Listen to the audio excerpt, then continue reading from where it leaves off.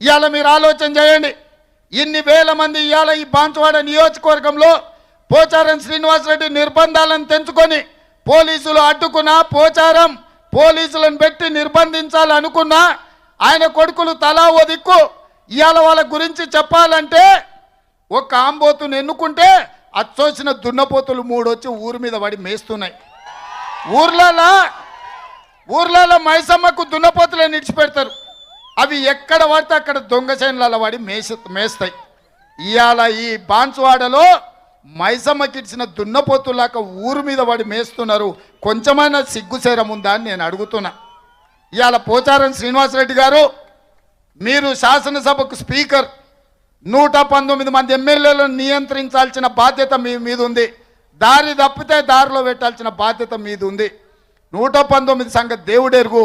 అచ్చోసిన ఆంబోతులాకున్న నీ 2 కొడుకులను నియంత్రించలేవా? ఇక్కడ ఇసుక దోపిడి మీదే, మంజిరాలో ఇసుక దోపిడి మీదే, కంకర దోపిడి మీదే. ఎవడు ఇల్లు కట్టాలన్నా ఇటుక మీ దగ్గరనే కొనాలి, కంకర మీ దగ్గరనే కొనాలి, సిమెంట్ మీ దగ్గరనే కొనాలి, కమిషన్లు మీకే ఇవ్వాలి. ఇవాళ ఈ ప్రాంతంలో అభివృద్ధి అంటున్నాడు, అభివృద్ధి కాదయ్యా, నీ కోసం కాంట్రాక్టులు తెచ్చుకొని నువ్వు పనులు చేసుకుంటున్నావు. రోడ్లు వేస్తే నువ్వే వేస్తాయి, సీసీ రోడ్లు వేస్తే నువ్వే వేస్తాయి, సైడ్ ట్రైన్లు కడితే నీ కాంట్రాక్టే. ఇవాళ ఇన్ని రకాల దుర్మార్గాలకు పాల్పడుతున్న పోచారం శ్రీనివాసరెడ్డిని ఈ బాన్సువాడ ప్రజలు బొంద పెట్టాల్సిన సమయం వచ్చింది.